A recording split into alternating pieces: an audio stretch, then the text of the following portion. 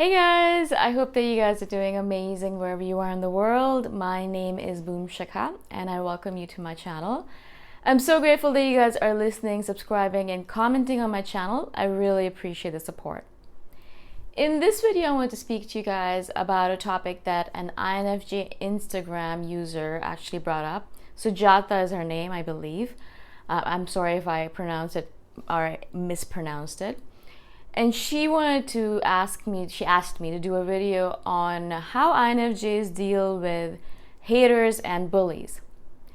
Now, of course, I think she might be dealing with a hater or a bully right now, but in general, INFJs are always dealing with haters and bullies in their life, specifically because we're so different. And I want to use the word unique, but in the eyes of other people, in the eyes of people who are not perhaps similar to us or not as different as us, we're too different. We kind of attract attention in that manner. We don't want to attract attention. We want to actually hide in our corner and do our work.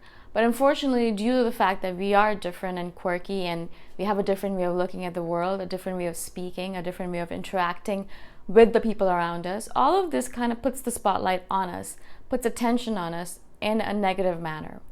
Especially bullies. Bullies love picking on people or things that are different from them, right? Because they're trying to make themselves feel better about themselves. That's the basic essence, I think, of anyone bullying anyone else, is that bully feels powerless in some manner or shape or form, whatever it might be. Perhaps if they're in high school or in middle school, maybe they're not getting enough attention from their parents, or their parents are always busy and they don't spend enough time with them.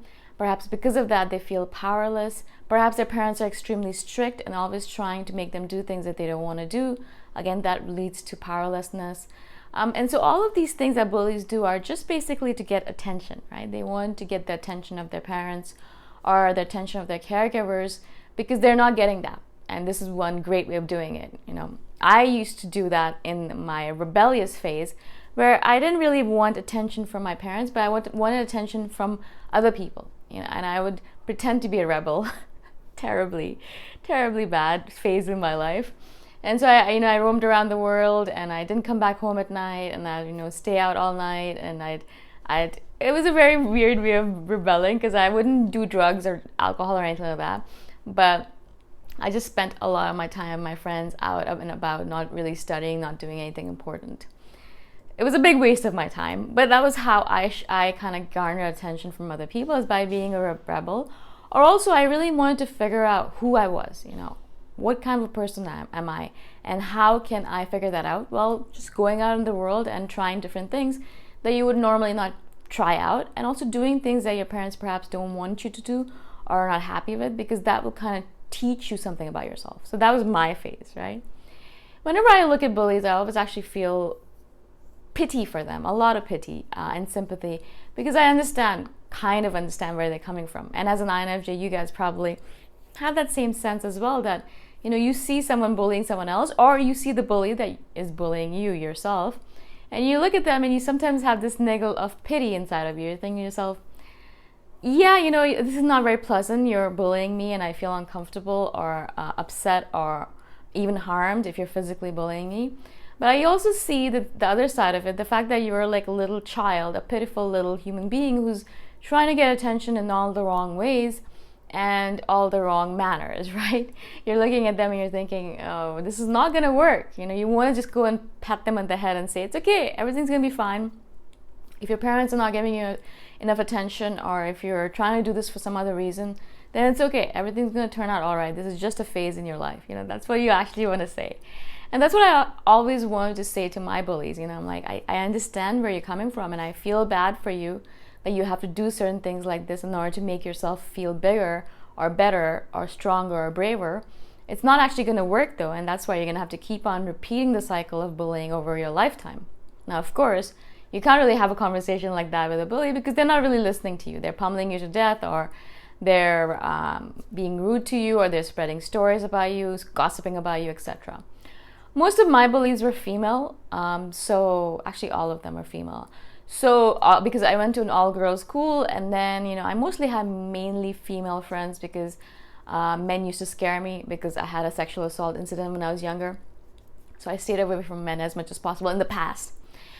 And so I used to have a lot of female bullies, and females don't bully using physical, like fist fights. You know, we don't actually pummel each other to death, or we don't actually fight with each other physically, but we use underhanded, subtle, passive-aggressive manners, right? Like bullying in a way where they would spread rumors about me, or they would gossip about me, or things like that.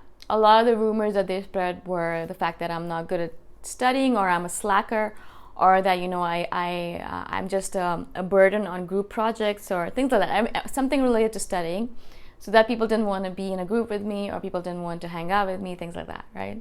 Even now when I think about it, it actually really hurts me, because I think to myself, I actually didn't do anything to deserve that, I don't think.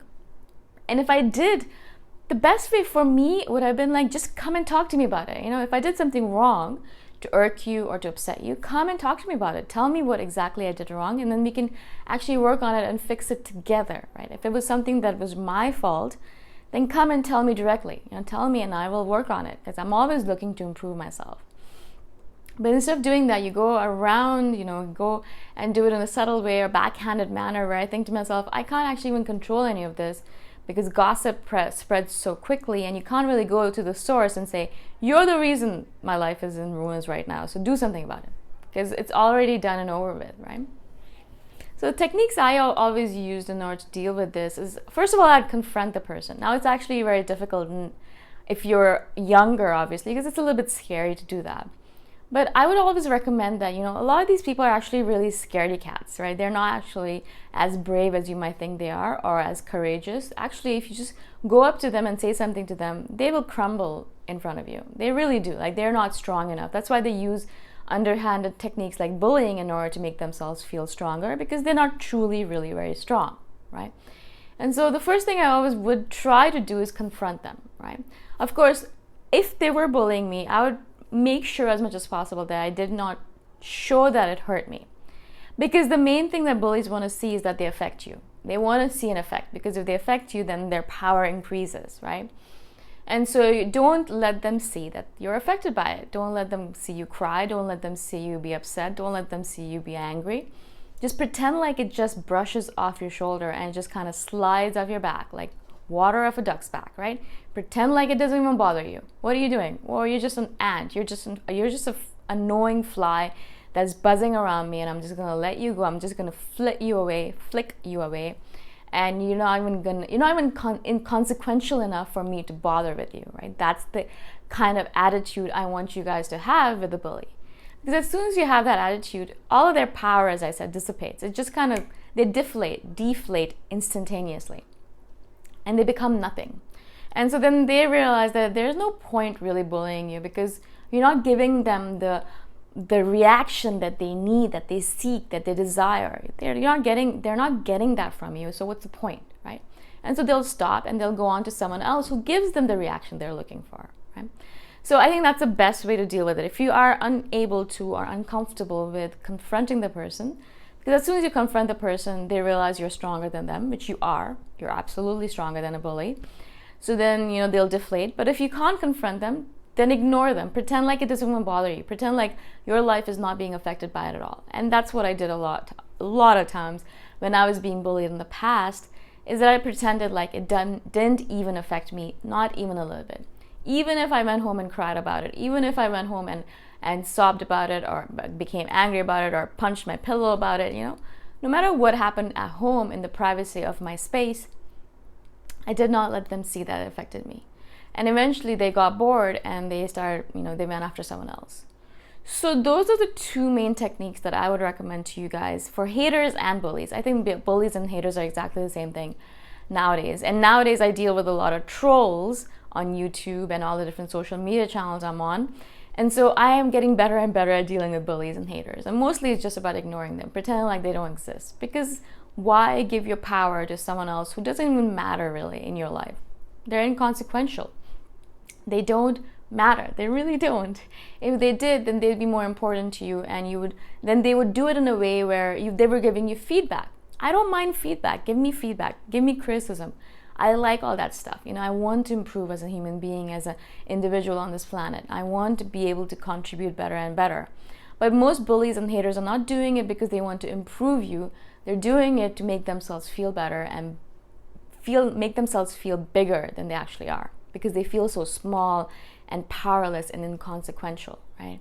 And in this world right now, bullying is increasing at a rapid rate, I think, because there is so much more powerlessness now, because people are becoming more and more smaller. There's so many of us, and there's so many inconsequential people nowadays, not really truly, but in their heads. We feel unworthy. We're like, what's the point of us? There's 100 million other people who are better off than me or better than me. Why do I matter?